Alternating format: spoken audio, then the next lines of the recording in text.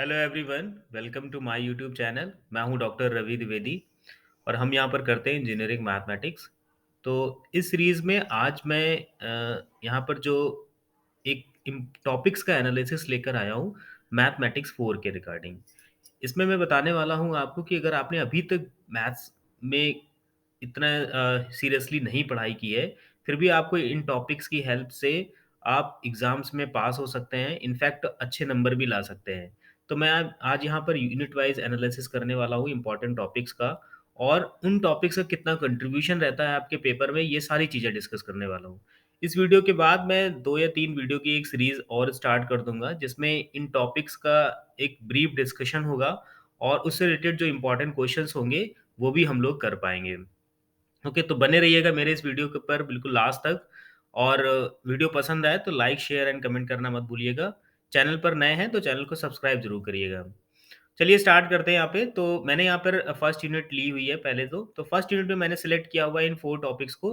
सबसे पहला तो है origin of partial differential equations. इसके बाद फिर हमने लैग्रेंजेस इक्वेशंस ली हुई है।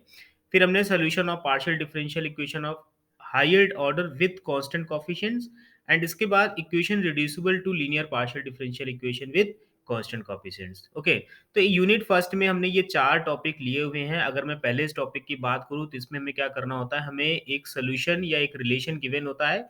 इस रिलेशन से हमें डिफरेंशियल इक्वेशन फॉर्म करनी होती है। ओके, तो मोस्टली क्या होता है, ये क्वेश्चन हमारा जो है ये शॉर्ट या मीडियम टाइप के जो क्वेश्चंस आते हैं, उनमें से इसका एक क्वेश्चन हमें देखने को मिल जाता है कि मैक्सिमम अगर हमारा मान लीजिए कि 2 नंबर का क्वेश्चन है, तो मोस्टली 2 नंबर में मिलेगा। अगर 5 नंबर का क्वेश्चन भी वहाँ पे है, तो 5 नंबर क्वेश्चंस में भी मिल सकता है हमको ये देखने को। ठीक है। इसके बाद हमारे पास है लैग्रांजेस इक्वेशन। लैग्रांजेस इक्वेशन हमारी जो होती है, ये कुछ इस तरीके से होती है, P D X plus Q D Y is equal to R, है ना? यहाँ पे पी क्यू आर जो होते हैं फंक्शन ऑफ एक्स होते हैं। तो इनके सोल्यूशन की बात की गई है कि किस तरीके से हम इनके सोल्यूशंस को निकाल सकते हैं। तो इसका क्वेश्चन भी हमें एक देखने को मिल जाता है मोस्ट ऑफ द टाइम्स। तो इस क्वेश्चंस का भी हम अगर हम बात करें तो मोस्टली हमें ये मीडियम में मिल सकता है। बहुत रेयर केस में हमें ये एज़ अ लॉन्ग क्वेश्चन मिल सकता है। फिर यहाँ से हम बात करें solution of linear partial differential of higher degree, ठीक है? इसमें हमारी जो पार्शियल डिफरेंशियल इक्वेशन होगी, ओके, वो in terms of F D and D dash होगी and this will be equal to some function of X Y, मान लेते हैं ना, जी एक्स वाई, इस तरीके से कुछ फंक्शन ऑफ एक्स वाई होगा। तो इस तरीके की इक्वेशंस भी हमें एग्जाम में देखने को मिल जाती हैं और ये जो इक्वेशंस हैं ये हमारी मीडियम एंड लॉन्ग दोनों तरीके के क्वेश्चंस में देखने को मिल जाती है। ठीक है? लॉन्ग में क्या होगा, अगर हमें सीएफ के साथ पीआई और पीआई भी 2 या 3 फंक्शंस का अगर हमें इंक्लूड करा दिया जाएगा, तो इस तरीके का जो क्वेश्चंस होता है वो लॉन्ग के लिए भी सूटेबल रहता है। And the last equation reducible to linear differential equation with constant coefficient. तो इसका क्वेश्चन हमें मोस्टली लॉन्ग में ही मिलता है। हमें इसमें जो क्वेश्चन गिवन होता है वो बेसिकली हमारा लीनियर डिफरेंशियल इक्वेशन में नहीं होता है। हमें क्या करना होता है, उसको पहले लीनियर पार्शियल डिफरेंशियल इक्वेशन में कन्वर्ट करना होता है, देन उसका सॉल्यूशन निकालना होता है। तो अगर हम यूनिट फर्स्ट की बात करें तो ये अगर आपने 4 टॉपिक तैयार कर लिए हैं, तो डेफ़िनेटली आपका क्वेश्चन जो है वो इस यूनिट से कवर हो जाएगा, ठीक है? बहुत रेयर केस में है जो आपका क्वेश्चन यहाँ से छूट सकता है। इसके बाद अगर हम यूनिट 2 की बात करें, तो अगर हम यहाँ पे यूनिट 2 की बात करें, तो यूनिट 2 में हमारे पास क्या है, देखिए यहाँ पे सबसे पहले तो classification of linear partial differential of second order. First में जो हम लोग बात कर रहे थे, यहाँ पे हम लोग फर्स्ट ऑर्डर की बात कर रहे थे। लीनियर डिफरेंशियल इक्वेशन की बात कर रहे थे। अब हम यहाँ पे स्पेशली सेकंड ऑर्डर की बात करेंगे, है ना? यहाँ पे हमने फर्स्ट एंड हायर ऑर्डर की बात की थी, लेकिन अब हम यहाँ पर बात करेंगे यूनिट 2 में सेकंड ऑर्डर की। तो सेकंड ऑर्डर में सबसे पहले तो हम क्लासिफिकेशन देखेंगे।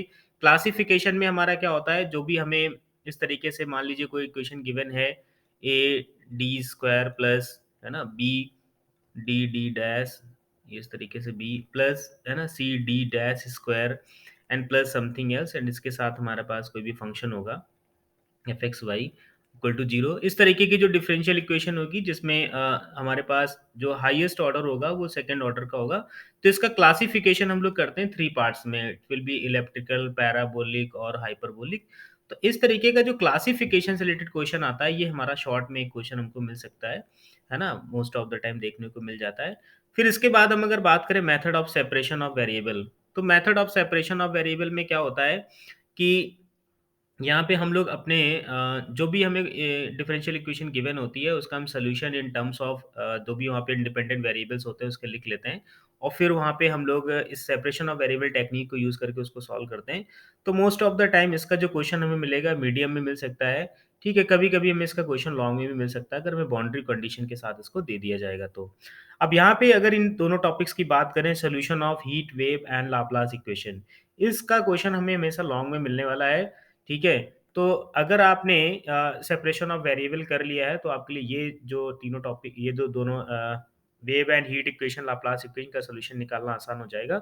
तो यहाँ से भी आपका एक लॉन्ग क्वेश्चन जो है वो कवर हो जाता है। तो ये 4 टॉपिक हमने यूनिट सेकंड से भी लिए हुए हैं।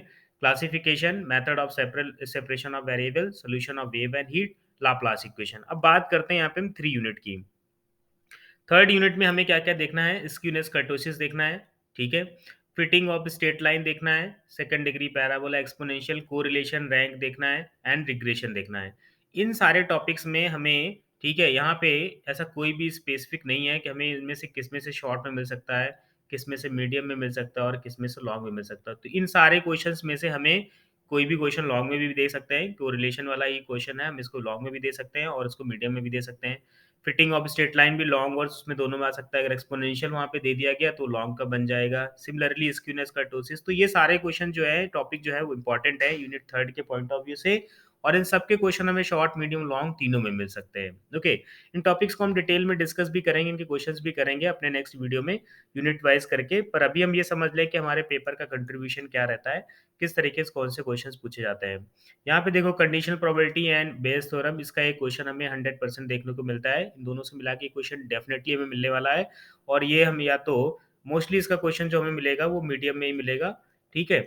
इसके बाद अगर हम इसकी बात करें तो इसका क्वेश्चन हमें शॉर्ट में भी मिल सकता है एंड मीडियम में भी मिल सकता है, ठीक है? Probability mass function and probability density function, most of the chance ये होता है कि इसकी प्रॉपर्टी यूज़ करके हमसे कांस्टेंट की वैल्यू पूछी जाती है, ठीक है? और उसके अलावा या फिर हमसे कुछ स्पेसिफिक इंटरवल में प्रोबेबिलिटी भी पूछी जा सकती है। तो इसका क्वेश्चन मोस्टली हमें शॉर्ट या मीडियम में मिलता है। अगर हम एक्सपेक्टेशन ऑफ वेरिएंस की बात करें, इसके साथ अगर हम एक्सपेक्टेशन ऑफ वेरिएंस भी इंक्लूड करा देंगे, तो यही हमारा क्वेश्चन जो है वो लॉन्ग का बन जाएगा, ठीक है? इसके बाद हमारा बायनोमियल पॉइसन नॉर्मल डिस्ट्रीब्यूशन है। इसके क्वेश्चन हमें मोस्टली मीडियम या फिर लॉन्ग में देखने को मिल जाते हैं। ठीक है? तो अगर हमें डिस्ट्रीब्यूशन फिट करने के लिए आ जाएगा तो क्वेश्चन लॉन्ग का बन जाएगा, पर अगर कुछ स्पेसिफिक प्रॉपर्टी यूज़ करके वैल्यू निकालने के लिए कहेगा, तो क्वेश्चन वो मीडियम में बन गया। बायनोमियल के कुछ क्वेश्चंस होते हैं पॉइसन के जो हमारे शॉर्ट में भी बन सकते हैं, ठीक है? तो इन सारे टॉपिक्स के जो ब्रीफ डिस्कशन है वो हम लोग अपकमिंग वीडियोज़ में करेंगे। अभी हम समझ लेते हैं यहाँ पे कि कौन से इंपॉर्टेंट टॉपिक्स हैं और उनका कंट्रीब्यूशन क्या रहता है पेपर में। यूनिट 5 से मैंने सिर्फ़ ये 3 टेस्ट ही लिए हुए हैं कि अगर आपने अब स्टडी स्टार्ट की हुई है, तो मुझे नहीं लगता है कि आप यहाँ तक भी इतनी जल्दी पहुँचना और फिर उसको पूरा तैयार कर पाना, ठीक है, आसान होगा। बट फिर भी ये 3 टेस्ट अगर आप कर लेते हैं, तो मैक्सिमम नंबर आप यहाँ पे अचीव कर सकते हैं, इतने टॉपिक्स तैयार करने के बाद। मेरा जो एक्सपेक्टेशन है, अगर आपने इतने इंपॉर्टेंट टॉपिक्स पढ़ लिए, इनके क्वेश्चंस कर लिए हैं, तो आपका जो स्कोर होगा, वो मोर देन 70 आप यहाँ से पहुँच सकते हैं। मोर देन 70 मार्क्स आप यहाँ से अटेन कर सकते हैं, अगर आपने इतने सारे इंपॉर्टेंट टॉपिक्स को कवर कर लिया है और इतने इनके क्वेश्चंस भी कर लिए हैं। तो होप ये वीडियो आप सबकी आपको पसंद आया होगा, तो प्लीज़ वीडियो को लाइक कर दें, शेयर कर दें एंड प्रिपरेशन स्टार्ट कर दें। मैं अपने नेक्स्ट वीडियो में यूनिट फर्स्ट का जो इंपॉर्टेंट टॉपिक्स मैंने यहाँ पे लिए हैं, इनका एक ब्रीफ डिस्कशन करेंगे और इससे रिलेटेड जो भी क्वेश्चंस पूछे गए हैं, इंपॉर्टेंट क्वेश्चंस अभी तक पूछे गए हैं, उन सब का सॉल्यूशन भी हम लोग करेंगे। So keep watching and keep sharing. Thank you.